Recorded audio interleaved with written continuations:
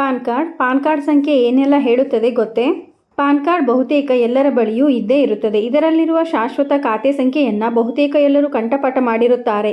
10 ಅಂಕೆಯ ಈ ನಂಬರ್ ಏನು ಹೇಳುತ್ತದೆ ಎನ್ನುವುದು ಬಹುತೇಕ ಮಂದಿಗೆ ಗೊತ್ತಿರಲಿಕ್ಕಿಲ್ಲ. ಈ ಸಂಖ್ಯೆಯು ಕೆಲವು ಪ್ರಮುಖ ಮಾಹಿತಿಯನ್ನು ಹೊಂದಿರುತ್ತದೆ. UTI infrastructure technology and service limited ಮತ್ತು NSDL national securities depository limited ಮೂಲಕ ಪ್ಯಾನ್ ಕಾರ್ಡ್ಗಳನ್ನು ನೀಡುವ ಆದಾಯ ತೆರಿಗೆ ಇಲಾಖೆಯು ಪ್ಯಾನ್ ಕಾರ್ಡ್ಗೆ ಹೆಸರಿಸಲು ವಿಶಿಷ್ಟ ವಿಧಾನವನ್ನು ಅಳವಡಿಸಿಕೊಂಡಿದೆ. ಇದು ಮೊಬೈಲ್ ಸಂಖ್ಯೆಯಂತೆ ಕಂಪ್ಯೂಟರ್ ಮೂಲಕ ರಚಿಸಲಾಗುವುದಿಲ್ಲ. ಪ್ರತಿ ಪ್ಯಾನ್ ಕಾರ್ಡ್ ಕೂಡ 10 ಅಂಕೆಗಳನ್ನು ಹೊಂದಿರುತ್ತದೆ. ಮೊದಲ 5 ಅಕ್ಷರಗಳು ಇಂಗ್ಲಿಷ್ ವರ್ಣಮಾಲೆಗಳಾಗಿದ್ದು ನಂತರ 4 ಸಂಖ್ಯೆಗಳು ಕೊನೆಗೆ ಮತ್ತೆ ವರ್ಣಮಾಲೆಯೊಂದಿಗೆ ಕೊನೆಗೊಳ್ಳುತ್ತವೆ. ಪಾನ್ ಕಾರ್ಡ್ಗಳಲ್ಲಿ ಅಕ್ಷರವು O ಅಥವಾ ಸಂಖ್ಯೆ 0ಯನ್ನು ಹೊಂದಿದ್ದರೆ ಗೊಂದಲವಾಗುವುದು ಸಾಮಾನ್ಯ. ಇದಕ್ಕಾಗಿ ಅಕ್ಷರ ಮತ್ತು ಸಂಖ್ಯೆಗಳನ್ನು ಹಾಕುವ ಮಾದರಿ ತಿಳಿದುಕೊಳ್ಳಬೇಕು. ಇದು ಗೊಂದಲವನ್ನು ಪರಿಹರಿಸುತ್ತದೆ.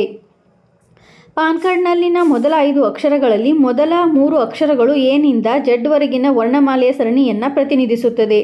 ಆದಾಯ ತೆರಿಗೆ ಇಲಾಖೆಯ ದೃಷ್ಟಿಯಲ್ಲಿ ಪಾನ್ ಕಾರ್ಡ್ ಹೊಂದಿರುವ ವ್ಯಕ್ತಿ ಯಾರೆಂದು 4ನೇ ಅಕ್ಷರ ಹೇಳುತ್ತದೆ. ಎಲ್ಲ ಪಾನ್ ಕಾರ್ಡ್ಗಳಲ್ಲೂ 4ನೇ ಅಕ್ಷರ P ಆಗಿರುತ್ತದೆ. ಇಲ್ಲಿ P ಎಂದರೆ ವ್ಯಕ್ತಿ ಎಂದರ್ಥ, C ಎಂದರೆ ಕಂಪನಿ, H ಎಂದಿದ್ದರೆ ಹಿಂದೂ ಅವಿಭಜಿತ ಕುಟುಂಬ, A ಎಂದರೆ ಅಸೋಸಿಯೇಷನ್ ಆಫ್ ಪರ್ಸನ್ಸ್, B ಎಂದರೆ ವ್ಯಕ್ತಿಗಳ ದೇಹ, G ಎಂದರೆ ಸರ್ಕಾರಿ ಸಂಸ್ಥೆ, J ಎಂದರೆ ಕೃತಕ ನ್ಯಾಯಾಂಗ ವ್ಯಕ್ತಿ, L ಎಂದರೆ ಸ್ಥಳೀಯ ಪ್ರಾಧಿಕಾರ, F ಎಂದರೆ ಸಂಸ್ಥೆ, T ಎಂದರೆ ಟ್ರಸ್ಟ್. ಪಾನ್ ಕಾರ್ಡ್ನ 5ನೇ ಅಕ್ಷರವು ಪಾನ್ ಕಾರ್ಡ್ ಹೊಂದಿರುವ ವ್ಯಕ್ತಿಯ ಉಪನಾಮದ ಮೊದಲ ಅಕ್ಷರವಾಗಿರುತ್ತದೆ. ಉದಾಹರಣೆಗೆ ನಿಮ್ಮ ಕೊನೆಯ ಹೆಸರು ಅಥವಾ ಉಪನಾಮ ರಾವ್ ಆಗಿದ್ದರೆ 5ನೇ ಅಕ್ಷರ N ಆಗಿರುತ್ತದೆ. ಒಂದು ವೇಳೆ ಉಪನಾಮ ಹೊಂದಿಲ್ಲದಿದ್ದರೆ ಆಗ 5ನೇ ಅಕ್ಷರವು ಪಾನ್ ಕಾರ್ಡ್ ಹೊಂದಿರುವವರ ಹೆಸರಿನ ಮೊದಲ ಅಕ್ಷರವಾಗಿರುತ್ತದೆ. ಮುಂದಿನ 4 ಅಕ್ಷರಗಳು 0001 ರಿಂದ 9999 ವರೆಗಿನ ಅನುಕ್ರಮ ಸಂಖ್ಯೆಗಳಾಗಿರುತ್ತವೆ.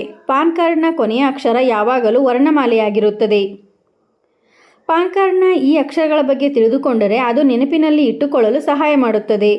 ಇದೇ ರೀತಿ ಮಾಹಿತಿಗಾಗಿ ನಮ್ಮ ಚಾನಲನ್ನು ಸಬ್ಸ್ಕ್ರೈಬ್ ಆಗಿ ಮತ್ತು ಶೇರ್ ಮಾಡಿ. ಧನ್ಯವಾದಗಳು.